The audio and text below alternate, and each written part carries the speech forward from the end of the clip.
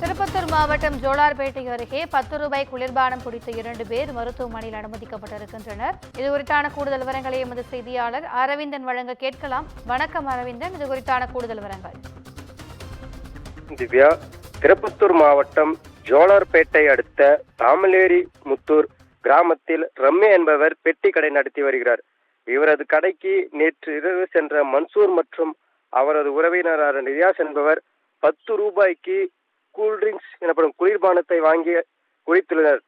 சிறிது நேரத்தில் அவர்களுக்கு வாந்தி மற்றும் குமட்டல் ஏற்பட்ட நிலையில் குளிர்பானத்தை ஆய்வு செய்த போது அதில் 2 பல நாட்களான அழுகிய நிலையில் பல்லி ஒன்று இருப்பது தெரிய வந்தது.